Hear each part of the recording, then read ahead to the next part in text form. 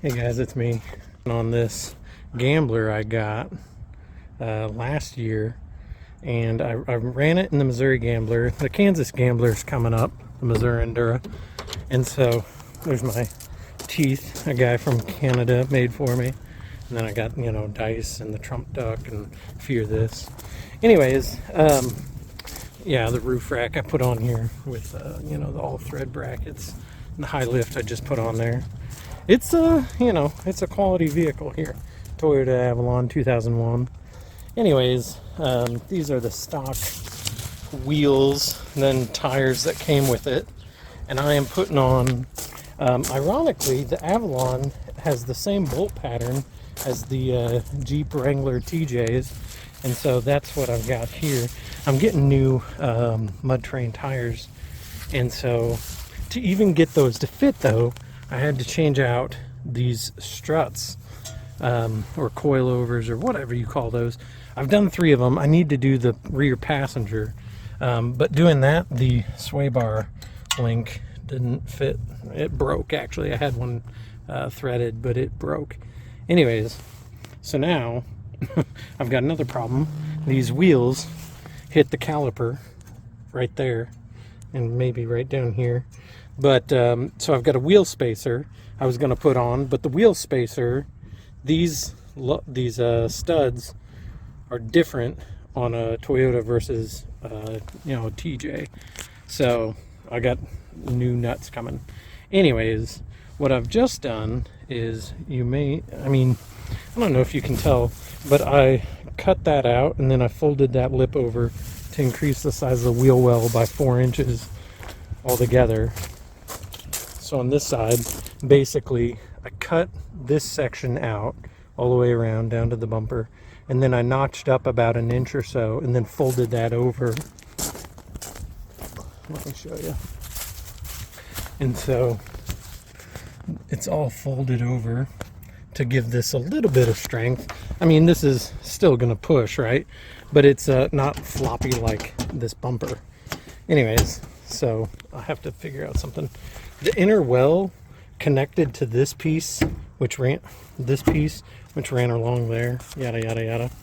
I'm doing this in the gravel with my Harbor Freight jack because also, in addition to not being able to move, because so this tire on the stock wheel went flat.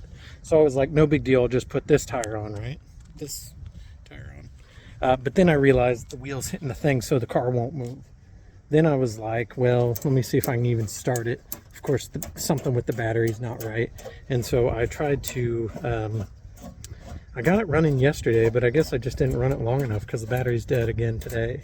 And so I got that to work on tomorrow as well. So I just thought I'd give you a little update on where we're at with the car.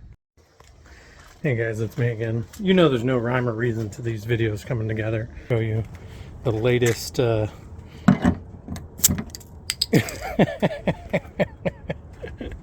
oh, that's funny.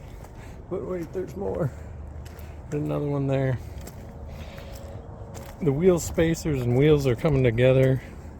We got a whippet light coming. We're gonna probably mount that to this guy here. And yeah, the car's coming together.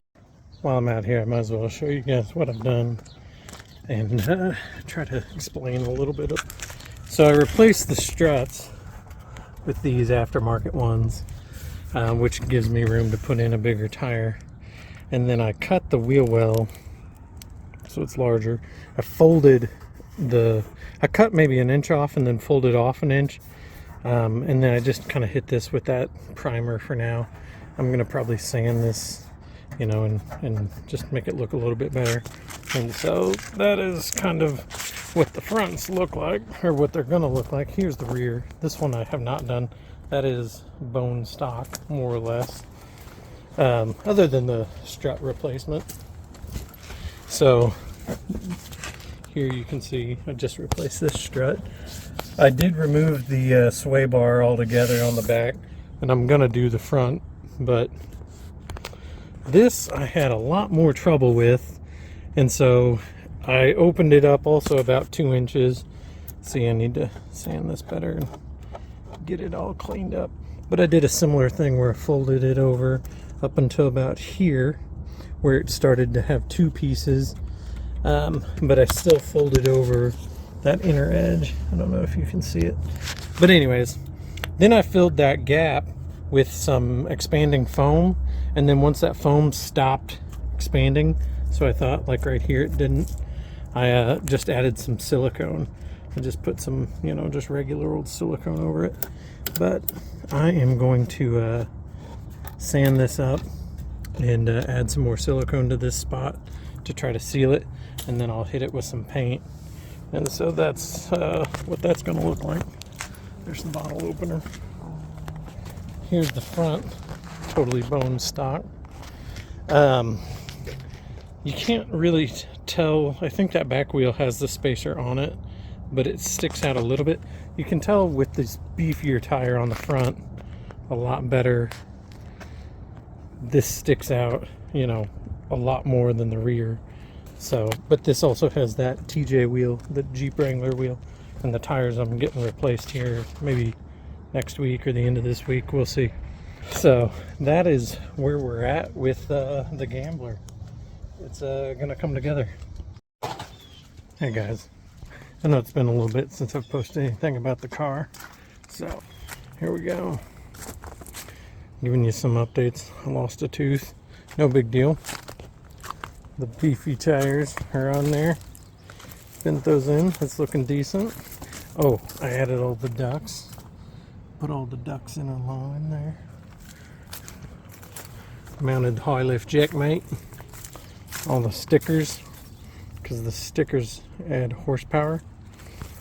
Honk if you love peace and quiet. That's hilarious. And so, oh, bottle openers, right? And then here, this is for the wire whip, the lighted whip. This lock doesn't actually. Oh, there's the tires I put on it, if anybody's wondering. So that lock doesn't work.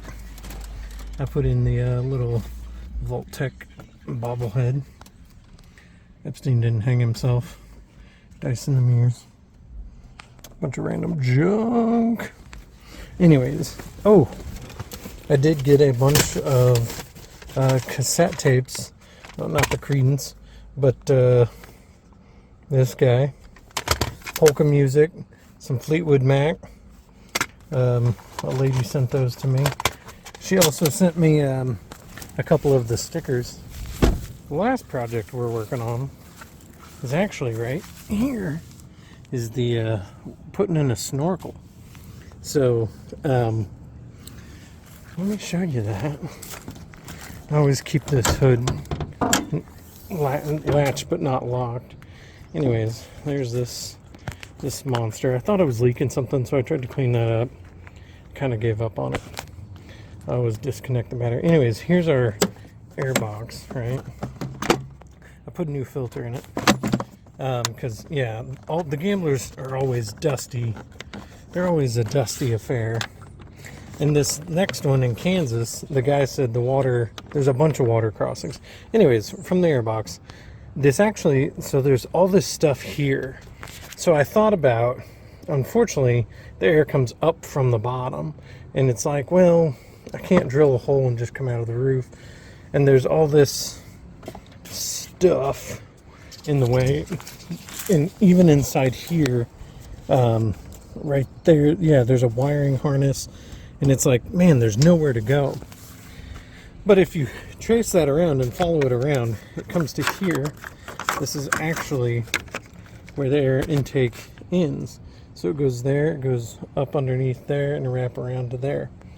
And then this guy was sitting on it, something like that, to breathe the air in through, you know, here. Anyways, but then I noticed down there, there was this massive reservoir here in this space. I assume for like condensation, or if water got in there, it was like a low point. But it, let's see if we can see this, was also the perfect size for a 3-inch over the hub Fernco. So I used a 3-inch over the hub by regular 3-inch, used a street 90, And then let's get that back. Drilled this hole here, and then we're going to be able to run this from here up 45. I'm going to try to follow right here so I can put some 2-hole straps to hold it, and then come up here and then 90 up. That's the plan.